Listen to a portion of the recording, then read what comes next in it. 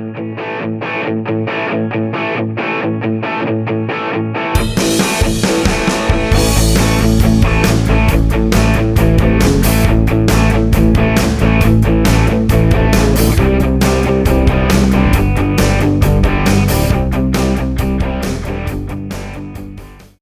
here we are again, and we've started the finals for 2025. Now, I had a magnificent video prepared for you in July, toward the end of July, giving a full breakdown of where Carlton was and what I thought the situation was, where we'd be, blah, blah, blah. And then I got a bit crook and I had to put that off for a week or so, and along came August 2025, and the Carlton Football Club was once again under the microscope. Not sure about you people, but I'm getting a bit tired of our club always being under the microscope.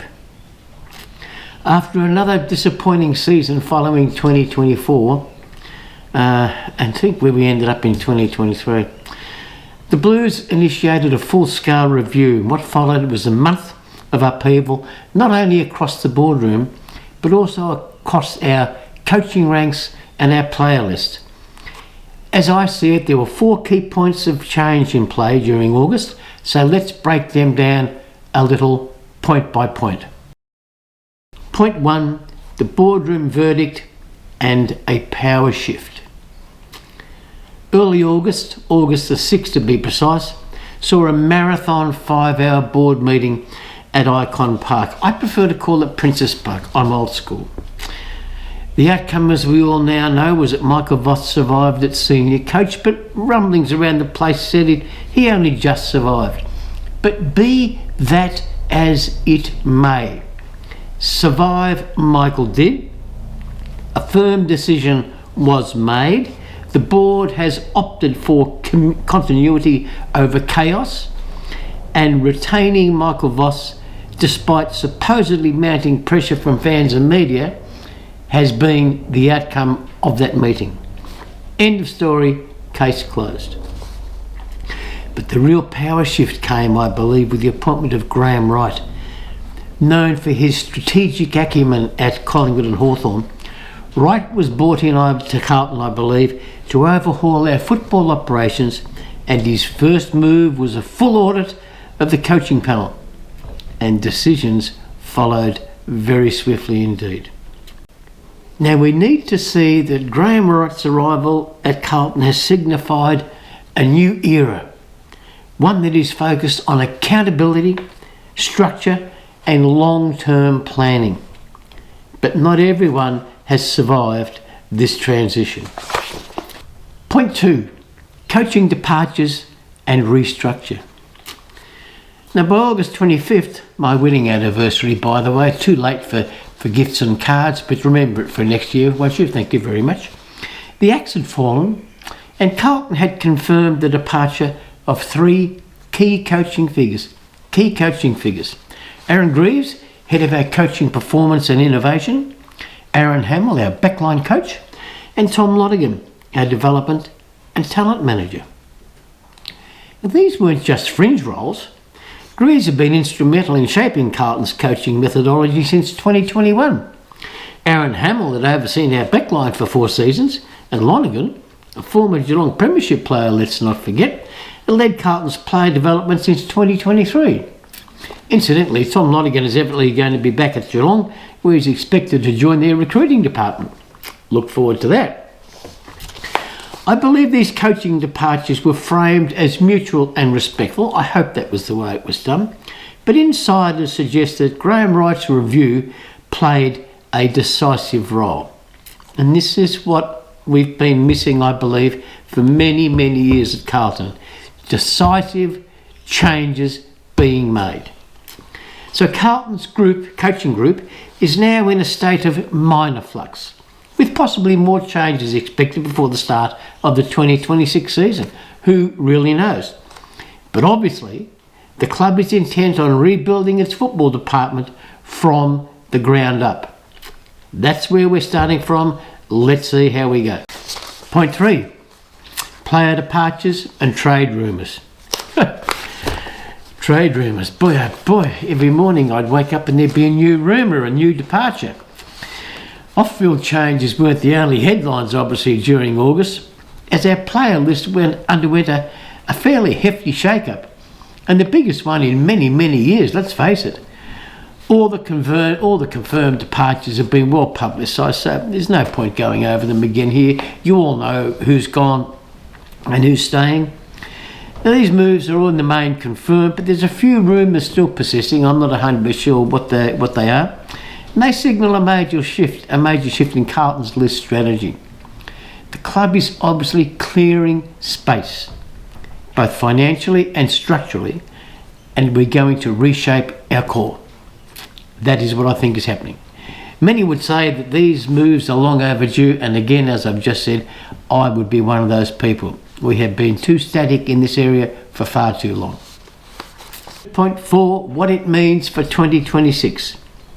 In my opinion, Carlton's month of August 2025 reset wasn't really just about damage control. Let's face it, we needed a bit of damage control. It's also very much about future-proofing the club. With Graham White, a restructured, might I say, a revitalised coaching panel, and major player decisions having been made with who knows what other changes are looming, the Blues are positioning themselves for a rebuild. I think it's been inevitable, and now it looks like it's going to happen.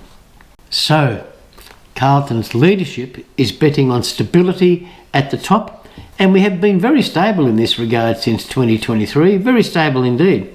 And this is what Robert Priestley said we needed to be in the very early days of his presidency, stable. Allied with fresh energy throughout the ranks, which is because of new people coming in, this stability is aimed directly at reversing the slide that we've seen in 2024 and 2025. After 2023, I was actually quite confident about the next few years, but 24 and 25 have really knocked that confidence around a bit as far as I'm concerned. We should not have been where we are. We should have gone on from 2023. That was a great building block, but we just let that slide. But perhaps our recent stability from both our coaching and playing list specifically has worked against us rather than for us. Now, as Andrew Russell said in the Code Sports podcast about the Carlton club when he first went there, and I quote, "The club was being run well, they had their finances in order." A very good comment to make.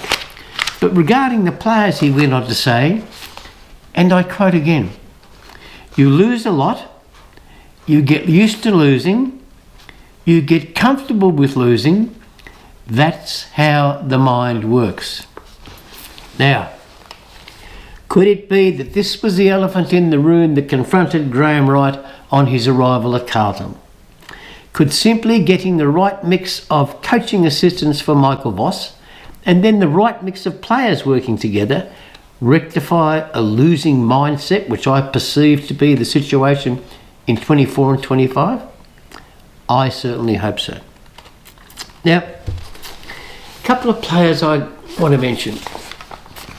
Tom de Koning. There's a guy on YouTube, APOV 2021, APOV 2021. He's put up a little video regarding Tom de Koning going to St Kilda, and it's a rather nice video where he thanks Tom for his 100 games. I think it's worthwhile having a look at, so I'm not going to mention Tom anymore. Look at APOV 2021.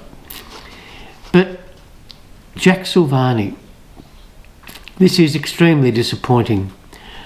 I'm an old fart, and I remember Sergio Silvani, Jack's grandfather. He started in 1958, round 7 I think it was, ended up playing something like about 239 games. Sergio Silvani was the most untidy footballer I think I've ever seen in my life. From the moment he ran out in the ground, he looked dishevelled. But Serge was a guy you could bank on. And I tell you, with Serge, with 2 minutes to go in the game, it didn't matter whether Carlton was 5 goals up or 5 goals down. Sergio Silvani gave it everything. the ball was going into the forward line for the opposition team, you would pray that Serge was there, and 9 times out of 10 he was. He gave everything to Carlton, and with Jack leaving, that cuts 67 years of the Silvani name being associated with Carlton. It ends the legacy, and I find that hurtful. I wish Jack no disrespect, but it's just so sad to see that legacy stop so abruptly. And the fact is, we'll all probably never really know the ins and outs of a duck's backside why he left. I just know that he's gone. Okay, now, will the shake-up in the boardroom and our coach and player lists work? That, my friends, really is the million-dollar question, isn't it? As Carlton fans, we've all seen these false dawns before. Count them up if you want to. You need your hands and your feet. But August 2025 may well be remembered as a month that the Blues finally got serious about change. I believe, as my son has told me many times, Carlton has spent too long thinking about the past, remembering past glories and ignoring what we need to get back to the glory days, i.e. winning premierships. And that, ladies and gentlemen, is what the AFL is all about. So, was this the right call by the club, or would it go down in history as just another chapter in Carlton's long rebuild? I will leave you all with these questions in mind until next time we meet, and as always, feel free to add your thoughts in the comment section below, share my channel with your friends and subscribe to my channel, and remember, all the foregoing has been just my opinion.